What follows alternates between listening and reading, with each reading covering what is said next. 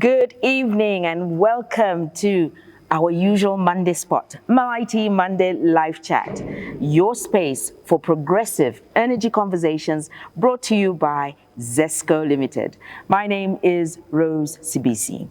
Apologies for the slight delay in our start time this evening, but not to worry, we still have a very insightful conversation today where we are actually talking about community partnerships in power generation expansion.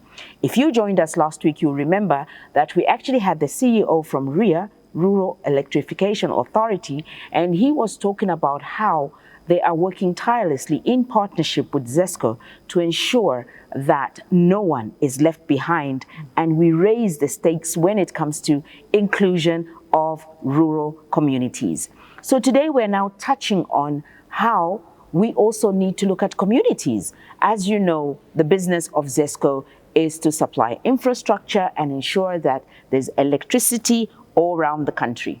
And we're also taking advantage of the recently hosted Energy Forum for Africa, where there were such insightful conversations around how we can leverage on communities in ensuring generation expansion. To help me with this conversation today, I have the head of environment at ZESCO, Ms. Bonje Muyunda. How are you this evening? I'm great, Rose, and thanks for having me on Malaiti Live today. We're so excited because, I mean, you are really speaking to the topic of now. But what's interesting is ZESCO actually has an environmental sustainability department. Why don't you start by just giving us a bit of an overview of what that looks like? Okay, great, Rose. Like you rightly put it, we have the Environmental Sustainability Department. It was established in 1997. It was with support from the World Bank under the Power Rehabilitation Project. Okay. You will recognize that any development has an impact on the environment. And also, as espoused by our Environmental Management Act, it requires that all projects are subjected to an environmental impact assessment. Yeah. So with that, ZESCO has maintained the department. And over the years, it has grown from an establishment of about 10 people. Right now, we are sitting at just about 50. Oh, okay. So you would wonder, what is an environmental department doing within a power utility? Exactly. So within the staff complement roles, we have environmental scientists, we have social scientists, as well as geomatic engineers. Right in your department? Right within the department. Okay. In terms of footprint, we have an office based here in Lusaka and one in Ndola. So the Lusaka office manages the southern half of the country, whereas the office in Ndola manages the northern half of the country.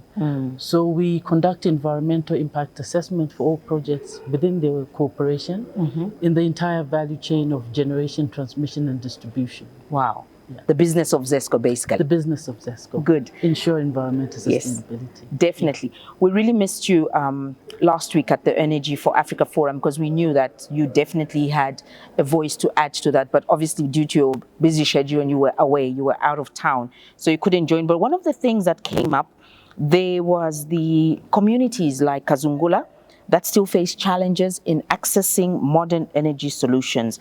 Can you just share a little bit why community partners are essential to ensuring that this becomes central to power generation? And if we are to overcome such challenges in Zambia, how do we go about it? Okay. Thank you for that question, Rose. Indeed, communities, just like all other stakeholders, are important in project development. Because within this, and like I mentioned as part of the environmental impact assessment process, actually, stakeholder engagement takes place throughout the entire EIA process. Okay. So you begin with a stage of screening where you establish the scale of the project. What are the impacts? And this is done through stakeholder consultation. Within these communities, you find what we call indigenous knowledge, which may not exist in any books or any reference material. So this then helps us to establish the scale of the project. Do we do a full EIA, which results in the development of an environmental impact statement, or are the impacts less significant, which will then result in the development of an environmental project brief? So whether you do an environmental impact statement or an environmental project brief, you need to couple it with a resettlement action plan. Oh, okay. Because within establishing the footprint of a project, be it a generation project or a transmission project, there are definitely households that are affected and which may need to be displaced as a result of the development. Yeah, that's true. So then that forms what we developed, what we call the resettlement action plan, Okay. which is also coupled with a livelihood restoration plan.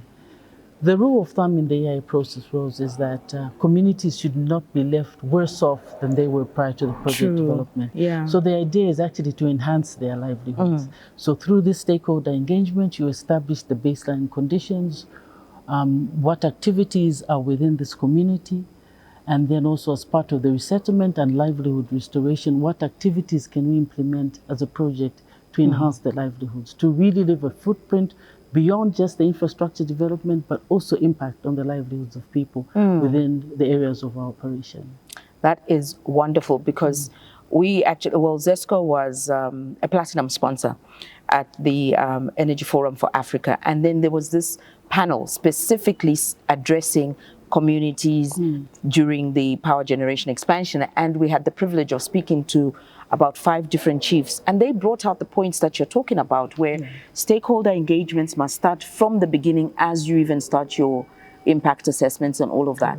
But interestingly, would you say that this gives an opportunity for improvement in communities, like job creation? What are the results that you've seen when you've gone into the communities and you've done these changes of ensuring that you leave the communities better off than you found them? Right. Thanks, Rose. Indeed, like you've rightly put it, within the scope of stakeholder engagement, these issues of employment always arise. We operate under a principle called Free, Prior, Informed Consent, FPIC. FPIC. So what it entails is that you need to ensure that consent is given freely by the communities in which you operate, without manipulation, without coercion. They have to understand what they're going in. They have to understand, correct. And then prior means that you get that consent before development of the project. You give them sufficient time to review the scope of the project and also to have an input regards project development. Okay. And then you also look at informed. Informed means that you need to inform your stakeholders or the communities within which are executing the project about the project scope, the duration, the risks that may arise, impacts, and your proposed mitigation measures. And then finally, the consent. You need to get consent without manipulation, and freely so, where the communities have the right to grant that consent, but it's from an informed position. So you've done this journey for quite a while, given the background of your expertise and exposure in environmental sustainability. So now you've seen the ZESCO model is changing. Prior to that, you'll be looking at infrastructure, and now there's the adoption of a diversified energy mix, which is clean energy. What is your experience so far in people adopting to that change? Do you see a difference from the old way where you'd have fixed infrastructure, or now it's more about clean energy? What is the difference between the two? The developmental model in terms of diversifying the energy mix for the corporation is really to harness the renewable energy portfolio within the organization. You have your solar, your wind, geothermal. I mean, this speaks to the effects of climate change. That's true. So the developmental model is such that we are pursuing a low carbon, climate resilient developmental pathway. I'll speak to the development of solar projects, something we are pursuing aggressively. We recently commissioned the Chisamba 100 megawatt solar plant. As we speak, just before coming here, we were engaging stakeholders for the development of the Kafue Gojloa solar plant. And now our approach in terms of development and ensuring our commitment to communities, we're actually entering into corporate social responsibility memorandum of understanding. That's brilliant. So you're signing with the locals? With the communities. With the communities. And it's guided by thematic areas to ensure that we standardize our approach in terms of execution of these CSR interventions, And this includes areas such as electrification, I mean, which is our core business. It wouldn't make sense to enter into, to leave out electrification. Yeah. We're looking at issues of water and sanitation, health, education, skills development, youth and women development, and generally to enhance the livelihoods through entrepreneurial skills as well. So that speaks to the core of our CSR MOUs. Wow. Yes. It's quite a broad spectrum as well. So you would say that there are some lessons that ZESCO has learned in engaging these communities, especially when you break them down with vulnerable groups, women, youth, skills training. What would you say are the biggest lessons that you have seen ZESCO learn as you integrate these projects into the various communities? The biggest lesson really, Rose, is that stakeholder engagement cannot be overemphasized. Okay.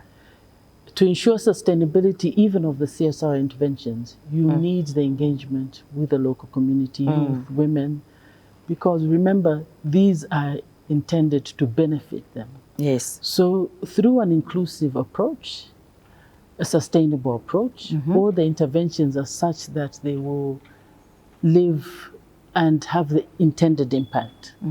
Through a consultative process, you need to understand what the needs of the communities are. So if you begin with a water and sanitation project, it will be through a consultation with the local community in terms of finding out what their needs are. Like I said, the CSR MOU for the solar project is meant to last throughout the entire operational lifespan of the plant. Wow. So there are funds that are assigned per annum, through which a CSR committee will be put in place with representation from the community as well as ZESCO to ensure effectiveness. And through a consultative process, each year we establish which projects can be implemented based on the funds that are available. And that's where the sustainable part comes in, that you can track the milestones. It's inclusive. Yeah. There's ownership of the process, ownership of the projects themselves, and the impact is therefore measurable because you would have consulted with the communities. Yeah. You've already touched on benefits. What are the actual benefits that then the community will derive? An appreciation of the fact that ZESCO is giving back, knowing that some of them would have had to change their livelihoods, but for the better. Exactly. What would be the benefits that you would see that this is what the community is getting from our integration of the projects? So you see, Rose, within the CSR program, there's identification of the projects, like I said, with the community. There's also monitoring and evaluation and reporting to measure the effectiveness. Okay. And have an adaptive approach. So like I said, each year, the CSR committee, with representation from the community as well as government structures, will then determine what activities can be implemented in that particular year and based on the resources. So there's a process of monitoring and evaluation, establishing the effectiveness, which we intend to see tangible solutions. Wonderful. So it's beyond just the verbatim, but seeing something that is actually actualized as a result of the CSR program, which the corporation will finance. And remember, it's also beyond compensation for impact. So you have that one-off resettlement, but this CSR program is meant to ensure sustainability. Good. Yeah. So when you look at the point of engagement, I would imagine that you're starting with the chiefs themselves. You start at that point of decision making. What about the accountabilities from both sides? What does ZESCO expect from the chiefs in terms of that intervention that you're doing, in terms of environmental sustainability as well as CSR projects? Because like you're saying, they need to be measured. They need to be something that should be able to look back, you've evaluated and saying, this is the impact that we've created in this community. And then vice versa. What do the chiefs then expect from ZESCO as a corporation going into those communities? Like you've right to put it, Rose, the entry point are the chiefs. They are the entry point themselves. They understand the needs of the people. And what we're encouraging the chiefs is to form royal trusts within the royal establishment, who then become our point of contact. Okay. So even in terms of representation from the CSR committee, the appointment of the nominees is from the trust. And in terms of accountability, like you've right to put it, these funds are assigned for CSR. So the CSR committee then determines utilization of the funds. Okay. In terms of representation, like I earlier mentioned, we will have somebody from the trust, somebody from within ZESCO, somebody from within the government structures or any other stakeholder that may be identified within the community to ensure accountability. So it's a whole 360 It's a whole 360. It is liking this. I will be right back with you in case you've just joined us. You are watching Malaiti Monday Live Chat. Today we're talking about community partnerships in relation to power generation. We're speaking to the head of environment, Ms. Bonje Muyunda, and she is breaking it down in terms of how ZESCO ensures that they engage the communities, involve the communities, and empower them in the process of power generation. Really liking this. So a major concern, coming back to you, Bonje, at the EFFA conference was big on sustainability. So the big question that came on was, how can rural households be empowered to manage local energy solutions sustainably? What is ZESCO's approach with this? Like you've rightly put it, Rose, rural communities give us land where we put up our infrastructure. Okay. They give us wayleaves where our transmission and distribution lines traverse. It is only a given that they benefit from these projects in terms of electrification. True. So, I mean, aside from just putting up the infrastructure, there are subsidy programs within the corporation. Okay. Yes. We had a previous project of that nature where we received financing from the World Bank on the subsidy program. Okay. So that in itself ensures that, and the target area is rural and peri-urban areas.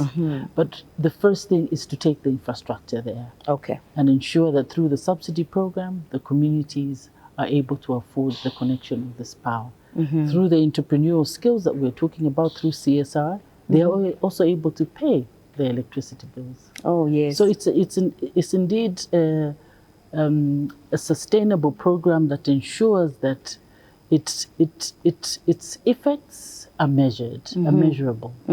So like I said, we have this CSR committee that will be put in place that on a yearly basis will look at what interventions can be put in place. If what's lacking is skills development, that's an intervention that will be executed. I think you've already spoken to this, but I'm just going to bring it out again just in case I missed it. In terms of environmental and social safeguards, so with your portfolio as head of environment, what safeguards does ZESCO put in place to ensure that communities and the environment are protected as power projects expand? Sure, thanks for that, Rose. Like I earlier mentioned, in terms of our staff complement, we have environmental and natural scientists, as well as social scientists and geomatic engineers. What guides us is the principal act actually governing environmental management is the Environmental Management Act. Aside from that, there are supporting legislation. It could be if we are developing a hydropower project, the Water Act kicks in. And of course, where we get our financing from. Right. Though the DFIs, which you call the Development Financial Institutions, also have environmental and social safeguards. Right. So what we've done as a corporation is to actually get the higher measure. As a minimum, we meet our national requirements, but also take cognizance of the requirements of the Development Financial Institutions. Okay. So in that, what we've done is we've developed procedures and processes that govern the way we conduct our environmental and social impact assessment. So we have resettlement and compensation action plan procedures, we have the environmental and social impact assessment procedures, as well as an environmental and social management plan. But aside from that, Rose, as a corporation, we are a member of the Southern Africa Power Pool. So within that is the environmental subcommittee that also tries to standardize environmental management across the SAP region, the 12 member countries of the SAP region, to ensure that we have a standardized approach. Remember, aside from just undertaking projects within the country, we also have regional interconnectors. We have the Zambia, Tanzania, Kenya project, we have Malawi, Zambia. So these projects transcend the boundaries of our country. So in terms of safeguards, we need to ensure that we have a standardized approach. So under the auspices of the Southern Africa Power Pool, there's an environmental and social framework that governs environmental and social management in project development. What I saw and what we participated in at the launch of the Chisamba solar plant was, interestingly, I saw that your team, the environmental and sustainability team, actually conducted a tree planting exercise. Was that intentional at every site that you go? Why did you feel the need to do that? So, Rose, for us, sustainability is really enshrined in our business, environmental and social sustainability. And you will note that for the development of the Chisamba solar plant, there was some vegetation that was cleared. So within that, we did engage the forestry department that did a forest resource assessment to assess the extent of biomass that would be affected. Okay. Aside from that, as a corporate, we also decided to implement our own tree planting. Yeah. And His Excellency the President, Mr. Hakainde Hichilema, kicked off that activity. So we go above and beyond because we know that we need to uphold the tenets of sustainable development throughout our operations. Yeah. Yes. And you have to keep Zambia clean and green. And clean and green. Definitely. Yes. This one, as you're talking about the Chisamba solar plant and the solar explosion that ZESCO is actively participating in, I like that you've touched on regional power trade and what role you see communities playing in shaping the future of energy. But in your own words, what would you like to encourage our stakeholders, our customers, and all that are affiliated to ZESCO when it comes to the value of integrating and involving communities in power generation in all the projects that we do? What would your encouragement be? I think just to encourage the communities to engage with the corporation. Ultimately, all our activities are aimed to benefit the community in providing power. And their role cannot be overemphasized.